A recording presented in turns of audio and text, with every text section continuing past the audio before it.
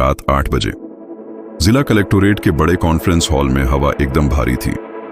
शहर में बिजली गुल थी और हॉल सिर्फ पुरानी जनरेटर की धीमी गड़गड़ाहट और अधूरेपन की रोशनी में डूबा था। यह छोटे शहर माधवनगर की नई सबसे युवा एसडीएम मीरा चौहान की पहली बेहद तनावपूर्ण समन्वय बैठक थी। 26 साल की मीरा सफेद स्टार्च की हुई वर्दी में बैठी थी। उनकी शांत मुद्रा एक तूफान से पहले की खामोशी जैसी थी।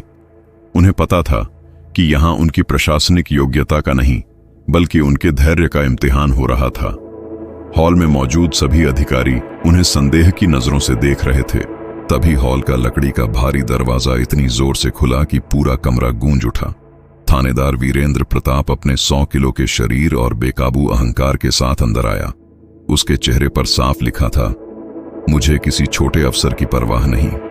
उसने कागजों का एक बंडल मीरा की मेज पर इतनी जोर से पटका कि मेज पर रखा पानी का गिलास भी डगमगा गया। अरे मैडम, क्या माफी, क्या सलाम। मेरे पास सड़क पर खून पसीना बहाने का काम है, न कि इस ठंडे हॉल में बैठने का। बोलिए, आधी रात को क्यों बुलाया है? वीरेंद्र प्रताप ने सरेआम अपनी आवाज ऊंची रखी। मीरा ने गहरी सांस ली। उनकी आवाज उतनी ही ठंडी थी जितनी हॉल की हवा। थानेदार साहब, हम यहां अवैध शराब तस्करी के मामले पर चर्चा कर रहे हैं। मेरी रिपोर्ट कहती है कि आपने जानबूझकर इस पर काम नहीं किया बल्कि सबूतों को दबाया। वीरेंद्र प्रताप एक कदम आगे बढ़ा। उसके चेहरे पर क्रूर मुस्कान थी। वह मीरा की उम्र और लिंग का मजाक उड़ाना चाहता था। सबूत? हाँ मैडम जी, आपको शायद किताबों की दुनिया ज्यादा अच्छी लगती है। ये माधवनगर है, ये सड़क का काम है। ये नन्ही मुन्नी लड़कियां नहीं समझती। जाइए, अपने घर का काम संभालिए। ये आदमियों का इलाका है। यहां मैं जो कहता हूं वही फाइनल फैसला होता है। आपको 9 बजे फोन नहीं, पहले मेरे ऑफिस में परमिशन लेने आना चाहिए था, समझा? थानेदार ने लड़कियां, घर का काम और आदमियों का इलाका जैसे शब्दों पर जोर देकर मीरा को सीधे चुनौती दी। मीरा चौहान की आंखें एक पल के लिए बंद हुईं और जब खुलीं तो उनमें अथाह क्रोध था जो बर्फ जितना ठंडा था। उन्होंने थानेदार को नजरअंदाज करते हुए अपनी घड़ी देखी। थानेदार वीरेंद्र प्रताप। उनकी आवाज अब सिर्फ 2 टूक आदेश थी। यह मीटिंग अभी खत्म। कल सुबह ठीक 9 बजे आप अपने सभी रिकॉर्ड्स के साथ मेरे दफ्तर में होंगे। और हां, गर्म चाय नहीं, आप कल मेरे लिए ठंडे पानी का इंतजाम करके रखना, क्योंकि आपको पसीना बहुत आने वाला है। अब निकलिए। वीरेंद्र प्रताप को एक पल के लिए लगा कि शायद उसने कुछ ज्यादा बोल दिया है, पर उसके अहंकार ने उसे झुकने नहीं दिया। वह हंसता हुआ बाहर निकल गया। लेकिन हॉल में मौजूद हर अफसर जानता था, माधवनगर में अब युद्ध शुरू हो चुका था। पूरा हॉल स्तब्ध था। जिला अधिकारी ने मीरा को दिलासा देने की कोशिश की, पर मीरा ने उन्हें रोक दिया। उन्होंने सिर्फ इतना कहा, सर, कल का इंतजार कीजिए। मीरा चौहान अपने दफ्तर पहुंची। उन्होंने न किसी को डांटा, न किसी से शिकायत की। वह सीधे अपनी कुर्सी पर बैठी। उनके सामने खुली पड़ी थी माधवनगर की एक एक प्रशासनिक रिपोर्ट। वीरेंद्र प्रताप ने समझा था कि मीरा एक किताबी अफसर है जो फाइलें देखेगी, पर मीरा की सबसे बड़ी ताकत यही थी, फाइलें पढ़ना और हकीकत जानना। रात के 9 बज गए। मीरा ने अपने दफ्तर में सिर्फ 2 लोगों को बुलाया, जिले के डीएसपी विवेक गुप्ता, एक ईमानदार अधिकारी, और अपनी खुफिया टीम का एक भरोसेमंद कांस्टेबल। मीरा ने मैप पर उंगली रखी। वीरेंद्र प्रताप सिर्फ अहंकारी नहीं, वह भ्रष्ट है। वह छोटे मोटे धंधे नहीं, बड़े धंधे चला रहा है। 2 हफ्ते पहले गांव के एक गरीब किसान रामू की 5 एकड़ जमीन जिला परिषद के नाम पर अवैध तरीके से हथियाई गई।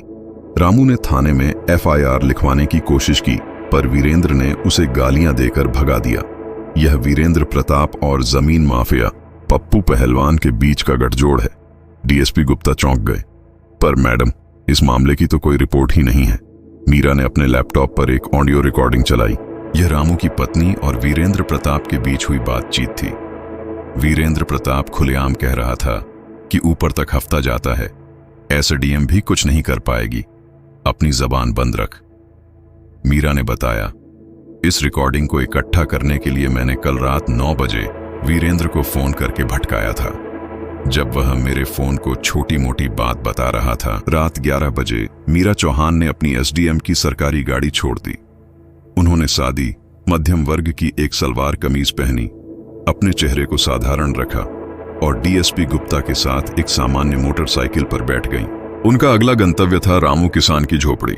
जब वे वहां पहुंची, रामू की पत्नी पार्वती जमीन पर बैठी रो रही थी। मीरा चौहान ने पार्वती के पास बैठकर उनकी परेशानी सुनी। पार्वती, मैडम, थानेदार साहब से गुहार लगाई तो उसने कहा, यह तेरे बस का काम नहीं है, जाकर चूल्हा फूंक। अफसरों को बेवकूफ बनाना मेरे बाएं हाथ का खेल है। उसने मेरे पति को धमकी दी कि अगर उन्होंने जमीन के कागज वापस मांगे तो उन्हें अवैध हथियार के झूठे केस में अंदर कर देगा। मीरा ने पार्वती के माथे पर हाथ रखा। उनकी आंखों में वीरेंद्र प्रताप के लिए अब सिर्फ एक ही भाव था, न्याय की अटल मांग। मीरा, पार्वती बहन, आप चिंता मत कीजिए, वह थानेदार कल सूरज उगने से पहले सलाखों के पीछे होगा। क्या आप गवाही देंगी?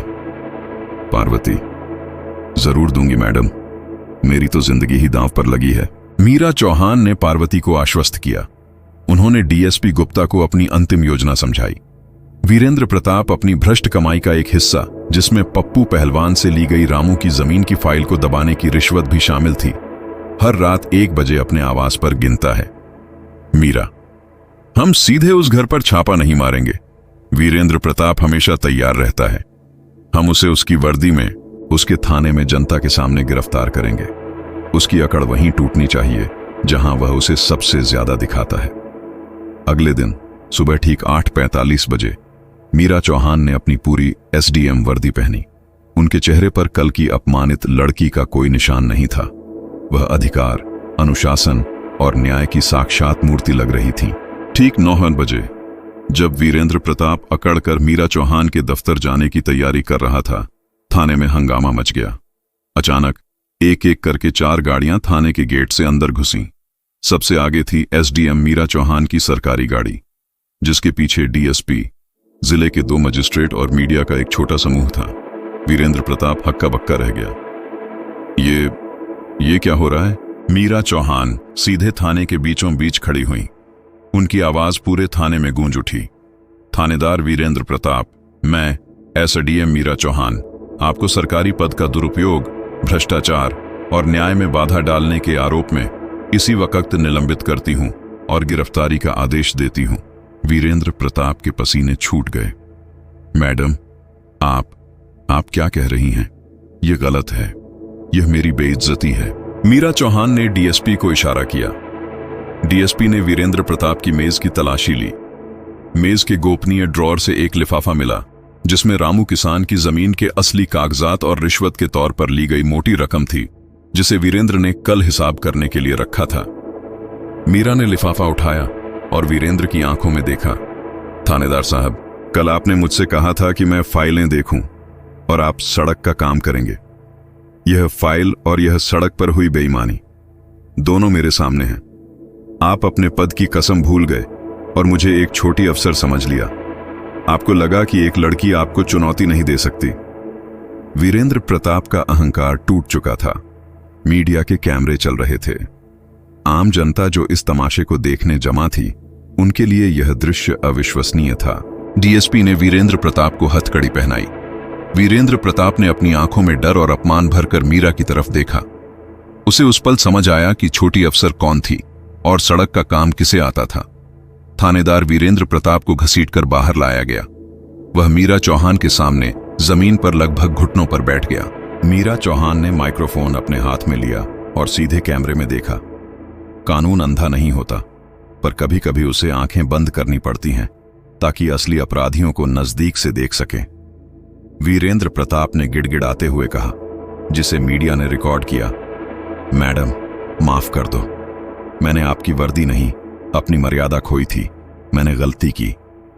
मीरा चौहान ने बिना एक शब्द कहे उसे जेल भेजने का आदेश दिया। वीरेंद्र प्रताप की गिरफ्तारी की खबर पूरे शहर में आग की तरह फैल गई। यह मामला सिर्फ एक रिश्वत का नहीं था। यह ईमानदारी बनाम अहंकार की लड़ाई थी, जिसे एक युवा महिला अधिकारी ने जीता था। रामू किसान और पार्वती को उनकी जमीन के कागज वापस मिल गए। मीरा चौहान ने सिर्फ एक भ्रष्ट थानेदार को नहीं गिराया, उन्होंने यह साबित किया कि जब एक अफसर में हिम्मत और नैतिक दृढ़ता हो तो बड़े से बड़ा अहंकार भी जमीन पर झुक जाता है। यह जीत सिर्फ एसडीएम मैडम की नहीं, ये आप हर उस इंसान की है जो न्याय की उम्मीद रखता है। तो दोस्तों, अगर आपको लगता है कि अधिकार और ईमानदारी की यह लड़ाई सही थी, तो इस वीडियो को इतना हाइप करो कि यह हर भ्रष्ट नेता तक पहुंचे। तुरंत सब्सक्राइब करो और कमेंट करके बताओ कि आप यह दमदार कहानी भारत के किस कोने से देख रहे हैं। आपका एक शेयर मीरा चौहान जैसी लाखों आवाजों को ताकत देता है। धन्यवाद।